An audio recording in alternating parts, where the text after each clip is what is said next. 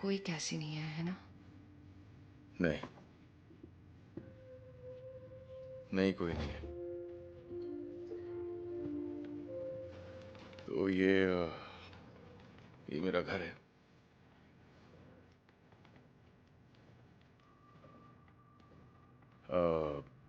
Kitchen, living room. रुको, तुम्हारे लिए जरा कपड़े ले आता हूँ।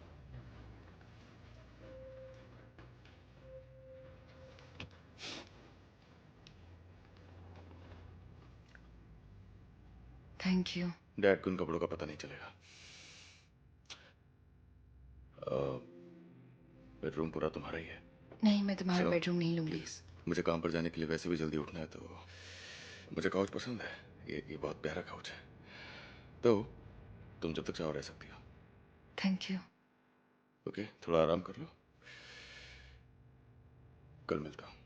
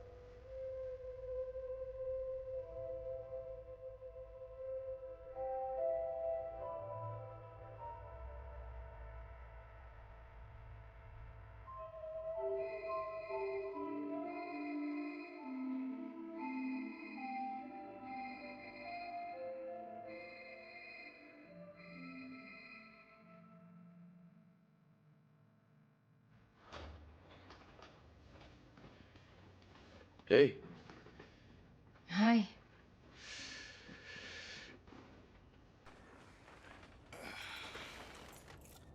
पता नहीं तुम्हें भूख लगी होगी या नहीं, तो तुम्हारे लिए कुछ फेवरेट चीजें ले आया मैं।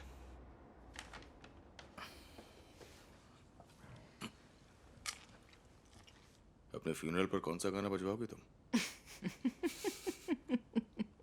कोई पसंद हो तो बता दो।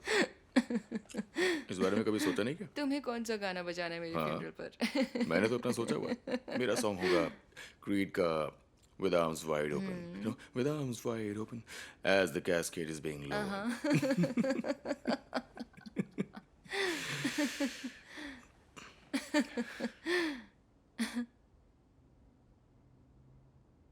सब ठीक हो जाएगा। मुझे तो ऐसा नहीं लग रहा। जानता हूं, भरोसा रखो। इस बार हालात बहुत अलग हैं एटलस। अगर मैं खुद को नहीं संभाल सकती तो फिर मैं कैसे कैसे अपने बच्चे का ख्याल रख पाऊंगी, बताओ?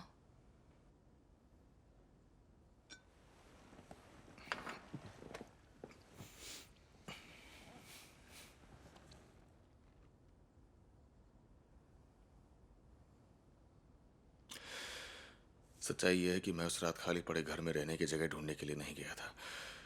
मैं वहां खुद को खत्म करने गया था। और मैं लिविंग रूम के फर्श पर बैठा था और मैंने तुम्हें अपने बेडरूम की खिड़की में देखा और तभी लाइट जली और तुमने पर्दे में से सिर बाहर निकाला और जैसे ही तुम्हारा चेहरा देखा मैं खुद को खत्म नहीं कर पाया। और अगले दिन तुम मेरे लिए खाना लाई, मुझे खाना खिलाया।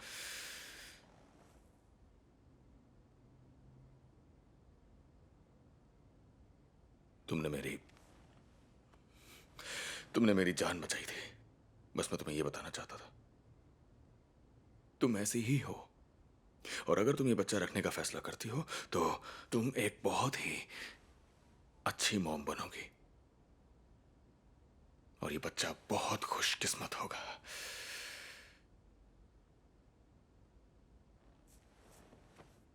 सब ठीक हो जाएगा।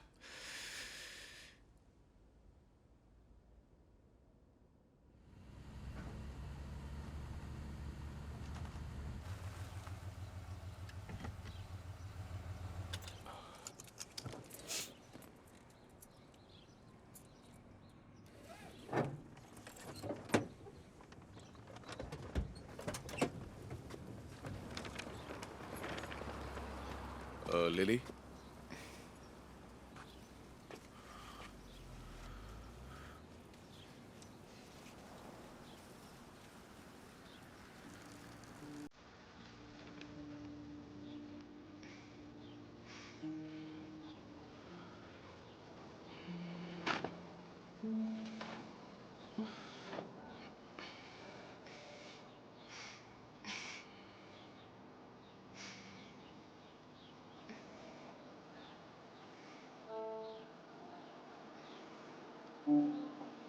अगर फिर से किसी को प्यार करने की हिम्मत जुटा पाओ तो सिर्फ मुझसे करना।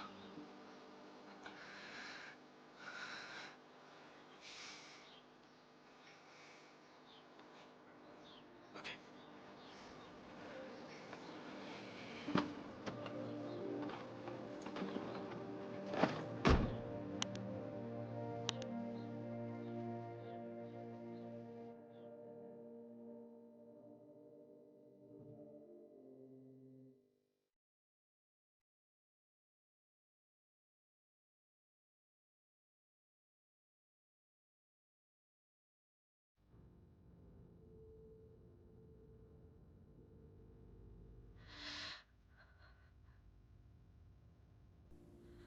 I'm so sorry. मैंने उसे अपनी जिंदगी में बड़ा होते देखा है और मैंने देखा है कि कैसे वो बचपन से ही किसी के भी सामने अपने जज्बात दिखाने से डरता है। मुझे महसूस होता था कि वो अंदर से घुट रहा है, बस धीरे धीरे घुटता जा रहा है। तुमसे मिलने के पहले तक। और मैं तुमसे कोई बहाना नहीं बना रही हूं। मैंने कभी कभी नहीं सोचा कि वो तुम्हारे साथ ऐसा करेगा।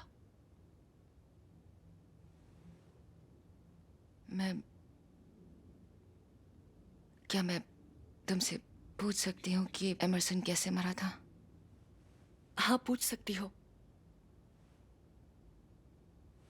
यह हमारी फैमिली की बात है और तुम्हें जानने का हक है।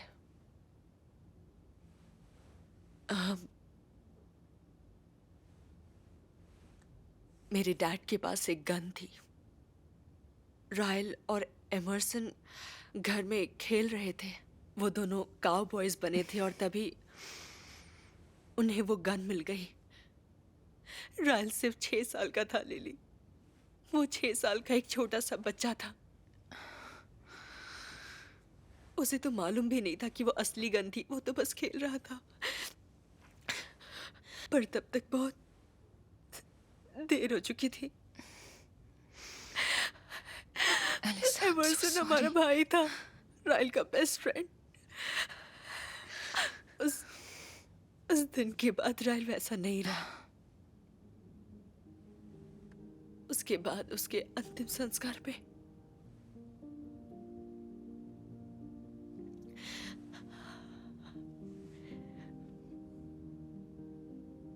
मुझे पहले फूल बहुत अच्छे लगते थे। मेरी बात सुनो। उसकी बहन होने के नाते मैं बस यही चाहूंगी कि तुम किसी भी तरह से उसे माफ कर दो लिली। और तुम्हारी बेस्ट फ्रेंड होने के नाते अगर तुमने उसे फिर से अपनाया तो मैं तुमसे कभी बात नहीं करूंगी लिली। यहाँ आ जाओ। I'm so sorry. तुम मेरी अब तक की बेस्ट फ्रेंड हो। लेकिन बुआ और भी अच्छी बनूंगी।